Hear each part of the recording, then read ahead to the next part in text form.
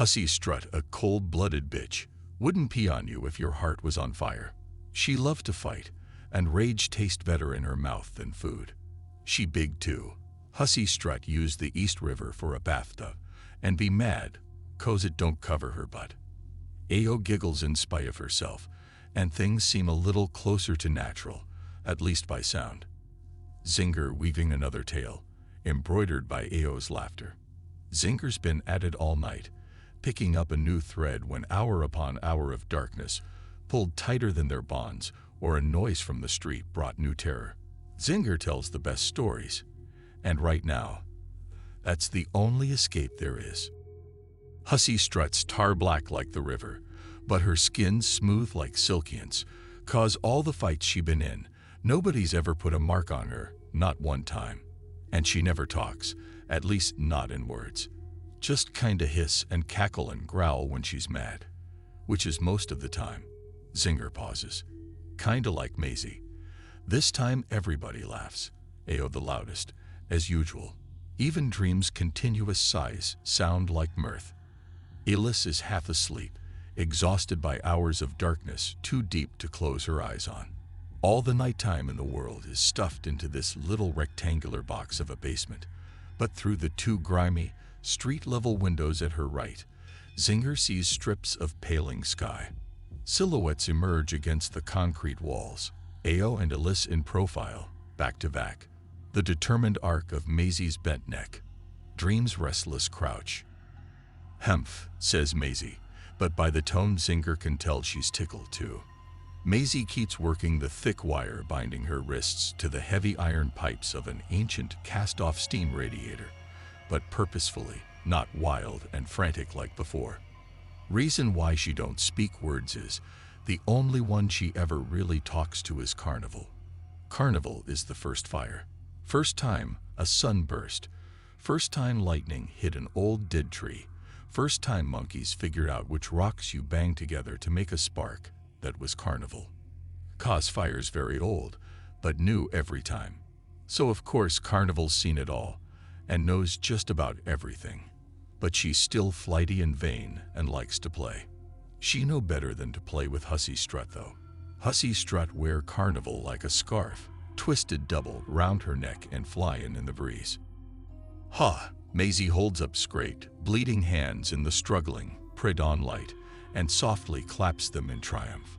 The wire coils harmlessly in the radiator pipes. Maybe now they all have a chance. "Do, Elis," Zinger whispers, watching Maisie pick her way through the dusty clutter. Ao and Elis sit a few feet away, tied with clothesline to a cracked wrought iron garden bench. Elis has dozed off again, chin on her chest, long pigtails falling in disarray. But Ao's eyes are watchful and bright with hope. Couldn't get out. Hugging herself against some internal chill, Dream sing-songs, rocking in time with her words. They all came to stare, and I couldn't get out. Zinger holds her breath. Sometimes Dream would keep talking, and it would make sense if you thought about it. Other times, well, it made sense, but maybe you wished it didn't. The mustache, the color of ginger. He put me in a cage. He called me Sorchi. That wasn't my name. They called me Venus. Dream shakes her head. That wasn't my name. They knew I was beautiful. Dream's smile twists with the memory. The curve of the earth, the image of my. It made them mad. On a stage.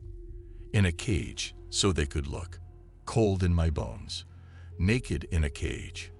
They don't even know my name. Her voice rises to a sudden shriek. "Let me out."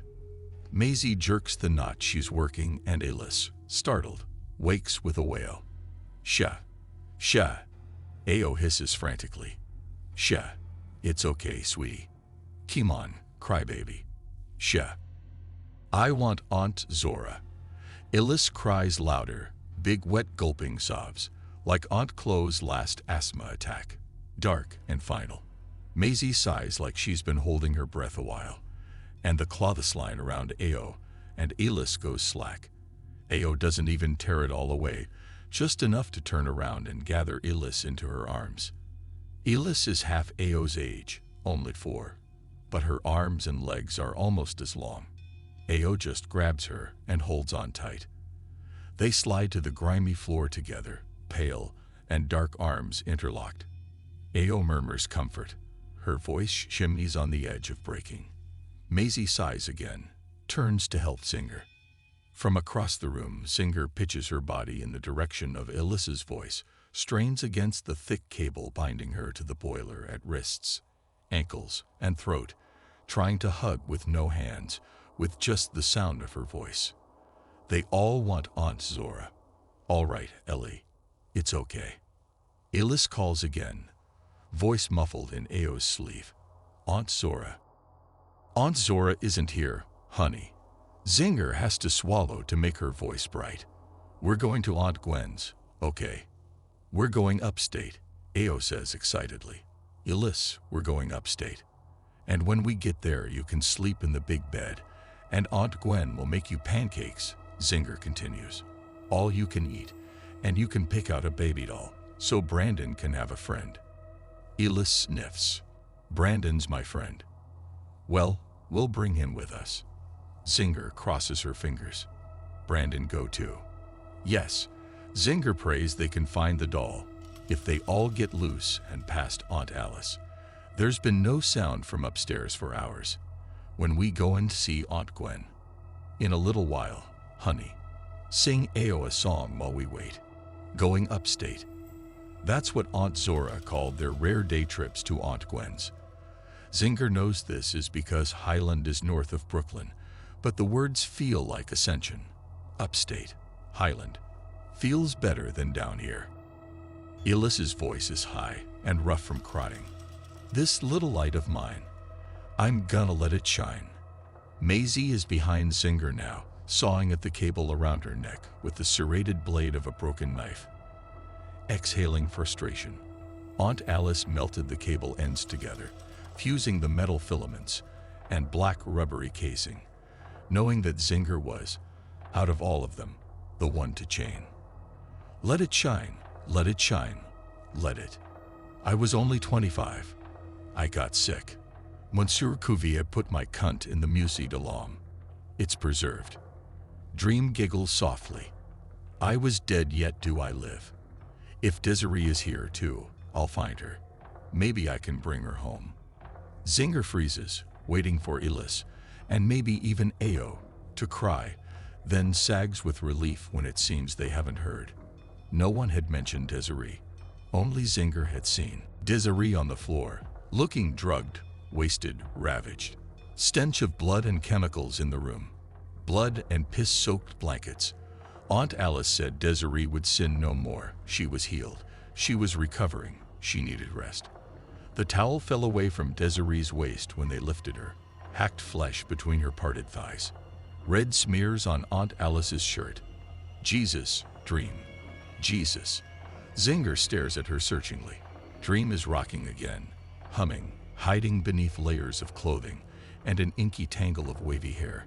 Seems like Zinger woke up one day, and instead of her Dina, her fearless, proud-walking big assista who took her everywhere, fed her first, and gave her words for everything, there was this hunched, mad-eyed dream stranger, soothsayer, oracle of sorrows, dressed up in a suit of Dina skin. Just one more thing. Maisie pulls away the cable around Zinger's neck, works the knife against the ones on her wrists. Zinger clamps her lips against the bite of the blade, inwardly reciting her litany of all that has vanished from her life. First the calves, then the lights, then the water in the pipes. The way Daddy explained it, the cities and states ran out of money and stopped taking care of things. It still makes no sense to Zinger. She knows lots of folks who get by with no money at all. Then the doctors, then the schools, then the cops, then the rules. Aunt Zora said it was the disasters. Earthquakes, floods, tornadoes, you name it, all in one year, all around the world. Folks left homeless, hungry, some places with everything destroyed, and nothing to rebuild with. The stores, the networks, the phones. Then Daddy. then Dina. Zinger knew the aunts a little bit, from when Daddy did repairs around their house. They weren't really sisters, Daddy said, just friends from back in the day that decided to share a house. 3 girls lived with them already, girls with no place else to be. Maisie, who couldn't or maybe just wouldn't speak. Tall, thick-set, the same age as Zinger, but with hard old lady eyes and an angry, clenched jaw. Ayo, tiny and dark-skinned, soft-spoken but quick to smile. Elise, a diapered butterball baby waddling after Ayo, dragging an oversized yarn-haired cloth boy doll. Aunt Zora took one look at the pair on her doorstep and opened the door wide. Dina, twitching and shuffling inside 9 layers of clothing, stood blank-eyed and silent until Aunt Alice ushered her upstairs. Aunt Alice returned moments later grim-faced. The aunts held a whispered conference at Aunt Chloe's armchair by the living room window as Dina's voice echoed from upstairs. No, no, no, no, no, no, no. Aunt Alice and Aunt Zora hurried from the room. She did that when I tried to make her take off some of them clothes, Zinger mumbled, sitting small on the rose-colored sofa, not meeting Aunt Chloe's kind, gray eyes. Tell me, with a heavy quilt around her slight shoulders, Aunt Chloe all but vanished into the chair's depths, but her voice was rich and fluid. Her wavy hair made a silver halo in the sunlight, and her whole body seemed to listen. Zinger told her everything. A simple story, really. Daddy never came back from his last job. Dina went out to look for him. Dream came back instead. Just one more thing that is no longer as it was. Aunt Zora briskly returned to the room, Dream's blood-stained clothing bundled under her arm. She smiled at Zinger, sorrow, irony, and endurance. Amazingly, Zinger found herself smiling back. Aunt Chloe's patient attention and Aunt Zora's matter-of-fact calm were the most comfort Zinger had known in days. Just one more thing. It became the joke Zinger and Aunt Zora shared during those moments when things were so bad they might as well be funny. Aunt Alice never laughed with them, smiled less and less, cried more, and more violently, desperate hands raking over her ragged locks. News of patroller actions was as likely to set her off as a neighbor's offhand comment, or seeing another pack of wild dogs on the block. Patrollers. That's the name for them. They act like it's 17-something, and we're all fugitive slaves if we step outside our homes. Well, bless 'em. They're only off by 300 years. Give or take a few decades, Aunt Zora responded lightly. They've never been accused of excessive intelligence. She and the girls were folding mended sheets and raveling towels stiff from the clothesline. And if we're all slaves, how come you went working?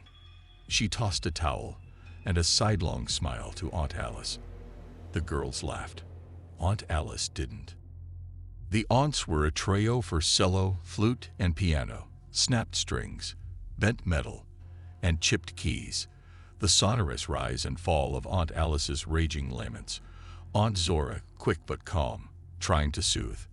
Aunt Chloe telling stories of such fullness, and wonder that it almost covered the chaos. Almost. How come the princess had to stay there? Ayo suddenly frowned in the middle of one favorite tale. How come she didn't just run away? Nowhere to go, lovey. Aunt Chloe shook her head. You gonna let me finish? Aunt Chloe had died. Was it 3 weeks ago? Zinger aches for her musical voice and gentle ways. For just one more story. Just one more thing. Blinking back hot tears, flexing chafed, singed wrists. Zinger takes the blade from Maisie, bends to work on the last cable around her legs. The traditions. Hums dream. It's almost soothing. The tur a de titladhib. And it's not the volume that rips an answering sob from Elise, but the fact that it's unmistakably Aunt Alice's voice bellowing righteous fire through Dream's barely parted lips. Zinger covers her own mouth, the knife blade falling, forgotten. If I look into her eyes right now, who would I see? The traditions are UHAT sustain US, and key pus pure through all adversaty. Without them, you are waracy than those who would defile. Woe you. Shoot up, shut up, shut up. From the floor with Elis on her lap, Ao claps both hands over her ears and screeches louder than both of them. Dream and Elis fall silent. Zinger retrieves the knife, returns to her task, and to uninvited memories. Desiree was sneaking out or in when Aunt Alice caught her. It was inevitable. She was 15 or 16, maybe the oldest except for Dream, the last to come stay at the brownstone, and she had complained ceaselessly about having to live like a nun in a damn convent. Zinger had seen her with Mr. Miles when he brought the water. Once Zinger came out through the side door in time to see Desiree and Mr. Miles tumble, half undressed, from the back of his truck. Later, Desiree showed Zinger the gifts he'd brought her, half a bottle of whiskey and crumbly chocolates in a gold cardboard box. They think we're all liars. Dream speaks more quietly now, a different voice, pedantic, perfunctory, drained of passion.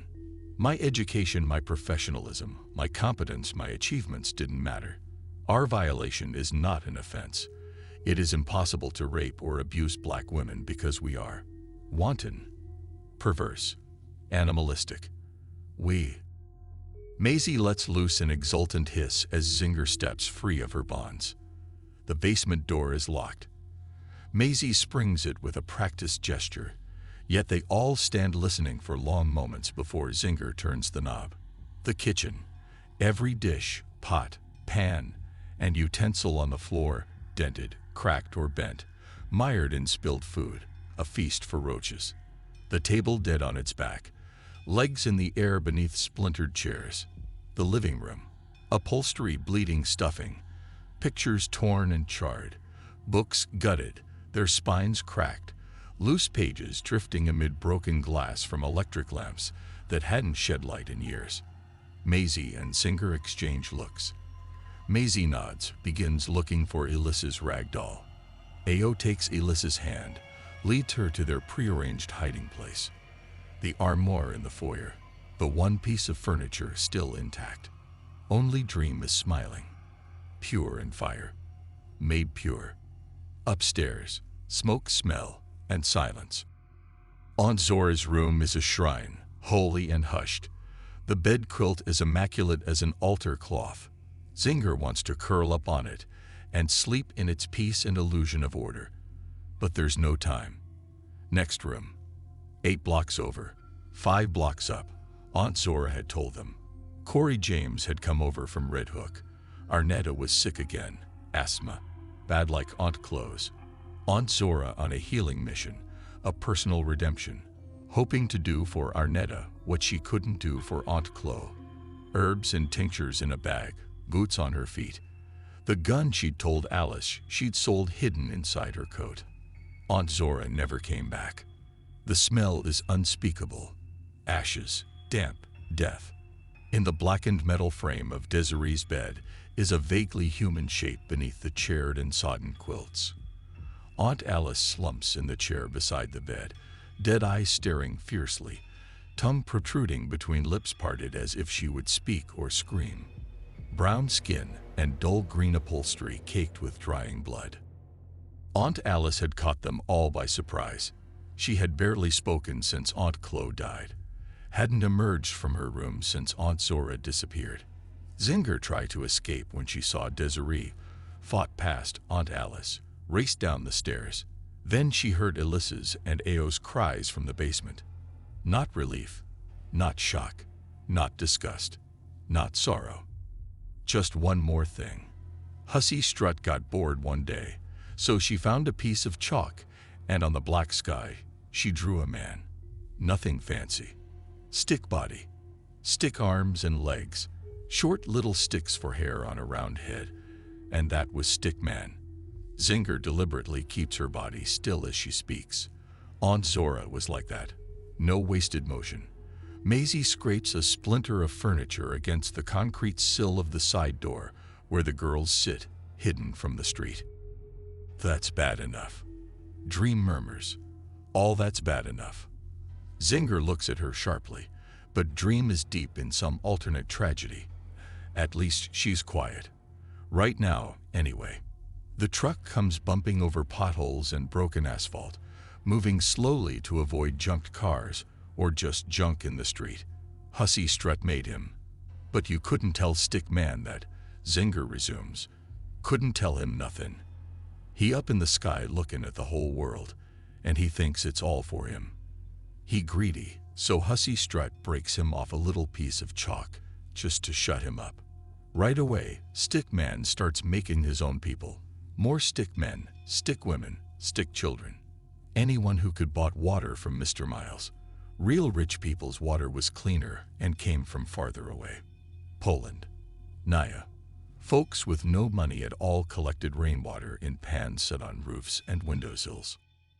None of them ever did anything new though, so after a while Hussy Strutt got tired of watching them. Stick Man always trying to get Hussy Strutt to pay him some mind, and she just walk on past, hips swinging from dawn to dusk and back. Stick Man Joneson hard just watching her walk. But when it's one of your own does you will. Dream groans softly. One of your own. Ao looks up from watching Elis calm knots into Brandon's matted yarn hair. Hussy Strutt ever do it with Stick Man?